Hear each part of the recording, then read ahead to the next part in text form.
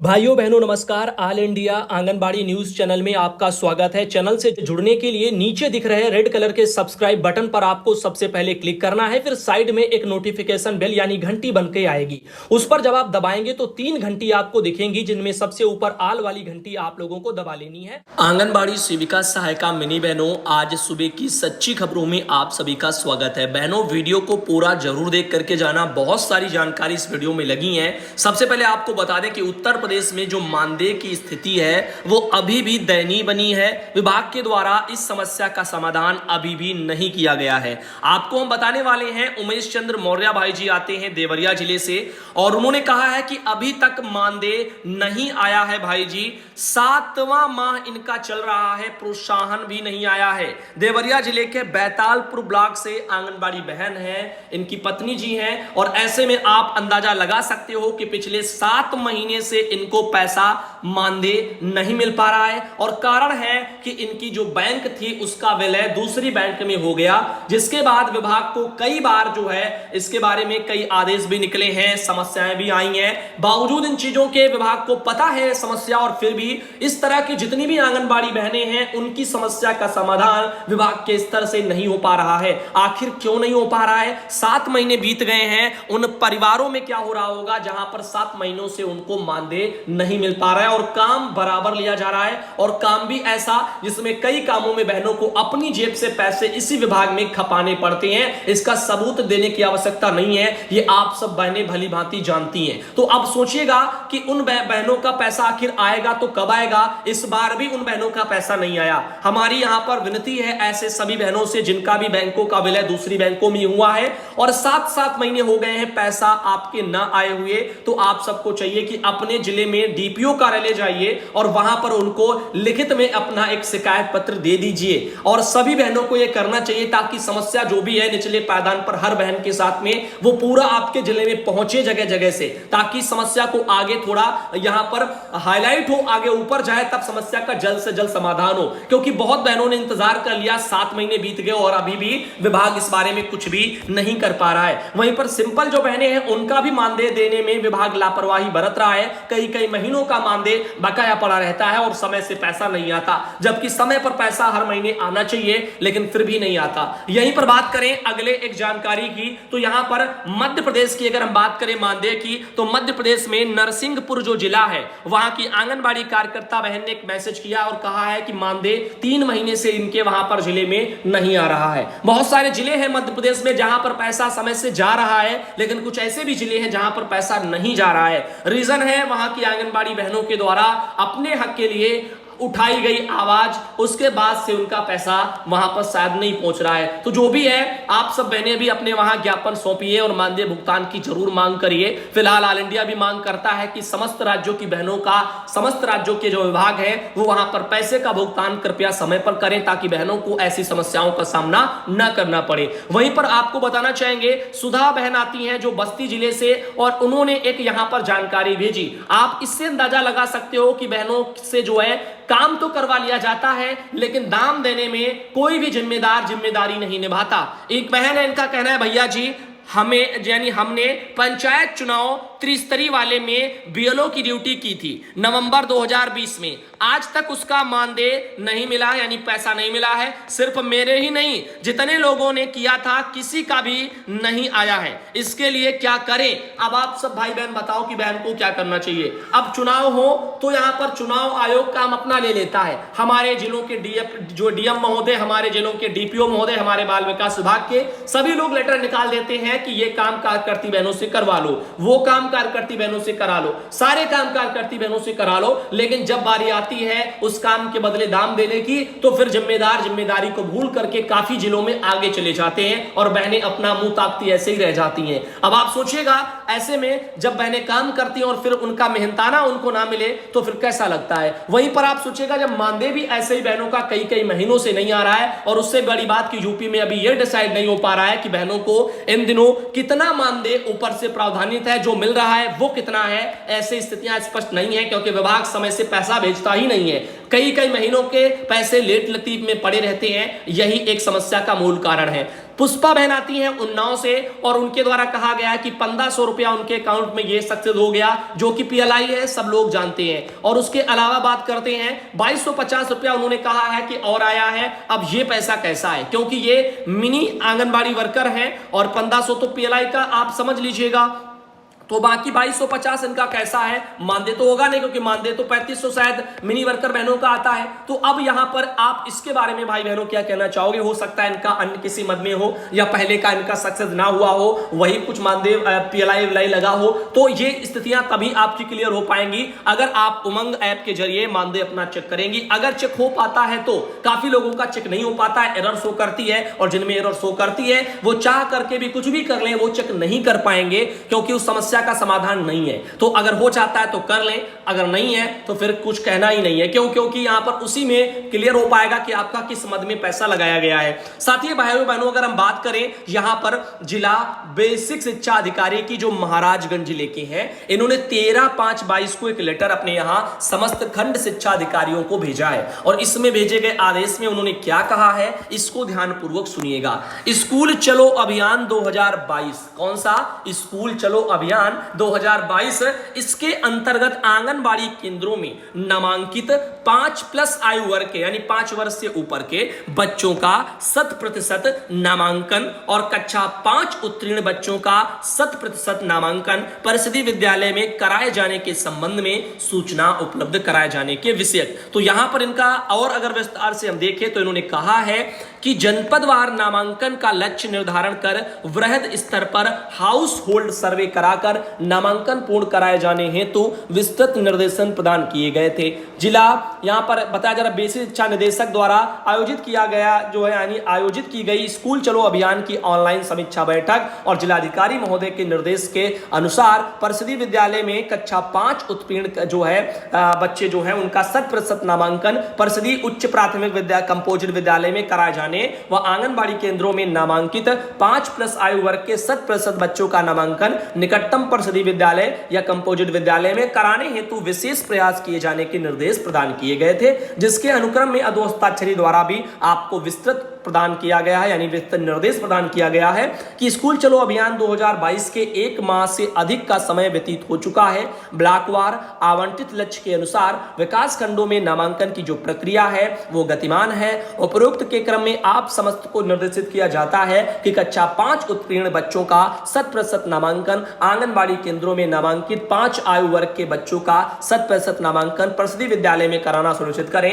नामांकन की सूचना संलग्न प्रारूप 1 और 2 पर अधोहस्ताक्षरी कार्यालय को 2 कार्य दिवस के भीतर उपलब्ध कराएं। रविंद्र सिंह जी, जिला बेसिक शिक्षा अधिकारी महाराजगंज के, एक उन्होंने एक लेटर जारी किया। साथी भाइयों बहनों, अगर हम बात करें यहां पर इन चीजों की, यानी यहां पर प्रारूप की, तो स्कूल चलो अभियान 2022-23 के अंतर्गत सूचना का यह प्रारूप है। कक्षा 5 उत्तीर्ण जो बच्चे हैं उनका 100% नामांकन परिषदीय विद्यालय में कराए जाने से संबंधित है। तो भैया कक्षा 5 जो उत्तीर्ण कर चुके हैं, जिनमें क्रम संख्या का एक कॉलम है, विद्यालय के नाम का है, प्राथमिक विद्यालय पढ़ा है, वर्ष 2021-22 में कक्षा 5 में नामांकित बच्चों की संख्या, पूर्व माध्यमिक विद्यालय अथवा कंपोजिट विद्यालय का नाम जो कॉलम संख्या 2 के प्राथमिक विद्यालय से नामांकित हेतु टैग किया गया है। वर्तमान वर्ष 2022-23 में कॉलम संख्या 2 में वहां के प्राथमिक विद्यालय में कक्षा 5 के कितने बच्चों का कॉलम संख्या 4 में पूर्व माध्यमिक विद्यालय कंपोजिट विद्यालय में नामांकन कराया गया। कॉलम संख्या 3 के बच्चों का 100% नामांकन संबंधित पूर्व माध्यमिक विद्यालय या कंपोजिट विद्यालय के कक्षा 6 में नहीं हुआ है, तो वहां का उसका कारण क्या है। साथ ही आगे है आंगनबाड़ी केंद्रों में नामांकित 5+ आयु वर्ग के जो बच्चे हैं उनका नामांकन कराए जाने के संबंधित सूचना। तो जो ऊपर वाला प्रारूप था वो तो आपके लिए नहीं था, नीचे वाला ये प्रारूप बहनों आपके लिए, इसको ध्यानपूर्वक सुनिए। क्रम संख्या का कॉलम, विद्यालय का नाम, प्राथमिक विद्यालय, कंपोजिट विद्यालय जो भी है, निकटतम आंगनबाड़ी केंद्र का नाम, आंगनबाड़ी केंद्र के 5+ आयु वर्ग के बच्चे कितने हैं पंजीकृत, उनकी संख्या, वर्तमान वर्ष 2022-23 में 5+ आयु वर्ग के कितने बच्चों का प्रवेश संबंधित प्राथमिक विद्यालय या कंपोजिट विद्यालय में कराया गया है वो संख्या, यदि 100% नामांकन नहीं हुआ है तो उसका कारण क्या है। तो इस तरह से चीजें आई हैं और अभी महीना पहले काफी जिलों में ये काम पूरे हो गए हैं। आपको जानकारी के लिए बता दूं कि जैसे कि आपके जो भी प्राथमिक हैं या जूनियर जो भी हैं आपके विद्यालय, उन सब में लक्ष्य दे दिया गया था कि आपको इतने बच्चे का एडमिशन इस बार करवाना है। काफी लोगों ने लक्ष्यों को प्राप्त कर लिया है। आगे चलते हैं और आपको बताते हैं बिहार सरकार से एक सरकारी आदेश बहनों निकला है जो 2 मई को जारी हुआ है। निदेशक जो है निदेशक जी का लेटर है और यहां पर उन्होंने इस लेटर को क्षेत्र प्रबंधक जी को भेजा है जो भारतीय खाद्य निगम वाले हैं अरुणाचल भवन। तो यहां पर उन्होंने वर्ष 2022-23 की प्रथम जो तिमाही है उसके लिए WBNP के अंतर्गत फोर्टिफाइड चावल संबंधित आवंटित करने के संबंध में यह लेटर एक निकाला था। आपको याद आ रहा होगा, मैंने इसके बारे में शायद आप लोगों से जिक्र किया था। अगर नहीं भी किया तो आप फिर से देख सकते हैं। इसमें लिखा गया है कि उपयुक्त विषय प्रासंगिक पत्र के संबंध में कहना है कि महिला बाल विकास मंत्रालय भारत सरकार के संदर्भित पत्र द्वारा बिहार राज्य को ICDS की परियोजनाओं में उपयोग के लिए 2022-23 जो ये चल रहा है सत्र, उसकी प्रथम तिमाही यानी कि आपका अप्रैल मई जून, इसके लिए कुल यहां पर लिखा गया है कि 6000 यहां पर नहीं 63,096 MTS फोर्टिफाइड चावल का आवंटन किया गया है बिहार राज्य के 38 जिलों के परियोजनाओं में उपयोग के लिए। 2022-23 की प्रथम तिमाही में कुल 63,096 यहां पर MTS फोर्टिफाइड चावल का उठाव हेतु पत्र निर्गत किया जा रहा है। इस चावल का उठाव बिहार राज्य खाद्य निगम द्वारा भारतीय खाद्य निगम के गोदाम से किया जाएगा। भारत सरकार के पत्र के आलोक में फोर्टिफाइड चावल के लिए निर्धारित दर से राशि भारतीय खाद्य निगम को देय होगी। अनुरोध है कि फोर्टिफाइड चावल इस पत्र के साथ में संलग्न सूची के अनुसार संबंधित जिलों के बाल विकास परियोजना जो है उनको उपलब्ध कराने की कृपा करें। तो आइए देखते हैं कौन कौन जिले से क्या क्या स्थितियां आई हैं। तो ये रहा पूरे बिहार का मैटर और यहाँ पर 38 जो है यहाँ पर परियोजनाओं के नाम लिखे, जिलों के नाम यहाँ पर कह सकते हैं लिखे हुए हैं और जिनमें WBNP योजना के अंतर्गत 2022-23 जो चल रहा है इसमें प्रथम त्रैमास के लिए आवंटित चावल का जिलावार सूची है और 3 माह हेतु आवश्यक चावल का कुल मात्रा आप यहाँ पे देख सकते हो। अररिया जिले का ये लिखा, अरवल का ये लिखा, औरंगाबाद का ये लिखा, ऐसे करके सभी जिलों के 38 जिलों के बिहार के यहाँ पर लिखे हैं और कुल यहाँ पर आप देख सकते हो कि यहाँ पर 63,096 लिखा हुआ है। तो इस तरह से एक ये जानकारी हो गई। अब भाइयों बहनों चलते हैं आगे और आपको बता दें सोनी कुमारी बहन आती है वैशाली जिले से, बहन ने जानकारी भेजी, बहन को धन्यवाद। और उसके अलावा एक हमारे पास और मैटर आया है, इसको किसी ने भेजा है और ये लेटर भेजा गया है सेवा में श्रीमान थाना अध्यक्ष महोदय, थाना किसनी, जिला मैनपुरी। और इसमें विषय दिया गया है आंगनबाड़ी केंद्र के लाभार्थी को 2 माह का संपूर्ण राशन समूह द्वारा हड़प लेने के संबंध में एक प्रार्थना पत्र है जिसमें उन्होंने कहा निवेदन है कि प्रार्थनी के आंगनबाड़ी केंद्र विरतिया प्रथम का राशन कुपोषित, अति कुपोषित, गर्भवती, धात्री, किशोरी आदि पंजीकृत लाभार्थियों में वितरण हेतु राशन डीलर श्री सुरेश सिंह यहां पर सकरा के यहां से दिनांक 11/11/20 को 3 माह का राशन गेहूं चावल एवं शासन द्वारा वहां पर भेजे गए। यहां पर 22,000 रुपए दाल खरीदने के लिए शामिल है। जय माता दी स्वयं सहायता समूह की अध्यक्ष श्रीमती मंजू देवी, पत्नी अवधेश मिश्रा, निवासी सकरा थाना किसनी ब्लॉक किसनी व समूह सखी श्रीमती सुनीता देवी, पत्नी सत्यवीर, निवासी विरतिया थाना एलाऊ जिला मैनपुरी में उठाया था, जो अभी तक आंगनबाड़ी केंद्र पर प्राप्त नहीं कराया गया है। और इसी क्रम में बाल विकास परियोजना अधिकारी किसनी के वहां से दिनांक 22/9/21 को उठाई गई दाल, रिफाइंड आदि जय मां काली समूह सखी श्रीमती सरोज देवी, पत्नी राजेश सिंह व सरिता देवी, पत्नी रामू, निवासी सकरा थाना किसनी ब्लॉक किसनी जिला मैनपुरी को फर्जी हस्ताक्षर व अभिलेखों में हेरा फेरी करके राशन दूसरे समूह को उठवाया गया। उपरोक्त राशन का बाल विकास परियोजना अधिकारी किसनी मैनपुरी व राशन डीलर से राशन उठा करके आंगनबाड़ी केंद्र पर पहुंचाने की पूर्ण जिम्मेदारी जय माता दी स्वयं सहायता समूह अध्यक्ष श्रीमती मंजू देवी की थी। उक्त राशन को श्री धर्मवीर, श्री जो है रमाकांत और यहाँ पर नीलेश, इनको मिली भगत से एक राय होकर के राशन जय मां काली समूह सखी श्रीमती सरोज देवी को उठवाया गया। समूह सखी सरोज को 6 केंद्रों का राशन एक साथ उठवाया जाता था। समूह सखी सरोज देवी समस्त राशन अपने घर पर गाड़ी में लाद कर ले जाती थी। फिर प्रत्येक राशन वस्तु दाल, रिफाइंड तेल, दलिया आदि से 8 से 10 पैकेट कम करके आंगनबाड़ी केंद्रों को प्राप्त कराती थी। श्रीमती सरोज का कहना है कि हमको प्रत्येक केंद्र से 1,000 रुपए के हिसाब से प्रति माह ब्लॉक मिशन मैनेजर को देने पड़ते हैं। तब प्रार्थनी ने राशन कम लेने से मना किया तो परियोजना कार्यालय से राशन उठाने के बाद कभी भी आंगनबाड़ी कार्यकर्ती को वितरण के लिए राशन समय से प्राप्त नहीं कराया गया। दिनांक 22/9/21 को संपूर्ण राशन ब्लॉक मिशन मैनेजर के मिले भगत से एक राय होकर के सरकारी राशन उक्त समूह ने हड़प लिया। आंगनबाड़ी कार्यकर्ती की शिकायत व बाल विकास परियोजना अधिकारी किसनी जिला मैनपुरी को बराबर पत्राचारों के बावजूद भी उक्त ब्लॉकों में मिशन मैनेजर ने समूह के प्रति कोई कार्रवाई नहीं की तथा कुमारी नीलेश ने बताया कि कि उक्त राशन के संबंध में ना मुझे किसी ने सूचना दी है और ना ही मुझे कोई जानकारी है, जबकि प्राथनी बराबर ब्लॉक मिशन मैनेजर उक्त और बाल विकास पदाधिकारी किसी को अवगत कराती नहीं है। अतः श्रीमान जी से प्रार्थना है कि दोषी ब्लॉक मिशन मैनेजर व समूह अध्यक्ष, समूह सखी आदि दोषियों को जांच करा करके कानूनी कार्रवाई करने की कृपा करें। तो यहां पर ये अनीता देवी हैं, आंगनबाड़ी कार्यकर्ता, निवासी विरतिया प्रथम। और यहां पर एक बात इनको कहना चाहूंगा, ये आपने अपने वहां के थाना अध्यक्ष को आपने लेटर लिखा है, इनकी बजाय अगर आप डीएम कार्यालय जाएं तो मुझे लगता है आपकी समस्या का समाधान शायद जल्दी हो जाए, क्योंकि जितना आसानी से यहां पर इन चीजों को आप नहीं करवा पाएंगी, वहीं अगर आप अपने जो है तहसील दिवस पर तहसील दिवस होता है तो वहां पर आपके डीएम, एसडीएम हर कोई आते हैं और सभी विभागों के अधिकारी भी मौजूद होते हैं। या तो आप तहसील दिवस के दिन चली जाओ और वहीं पर अपनी समस्या को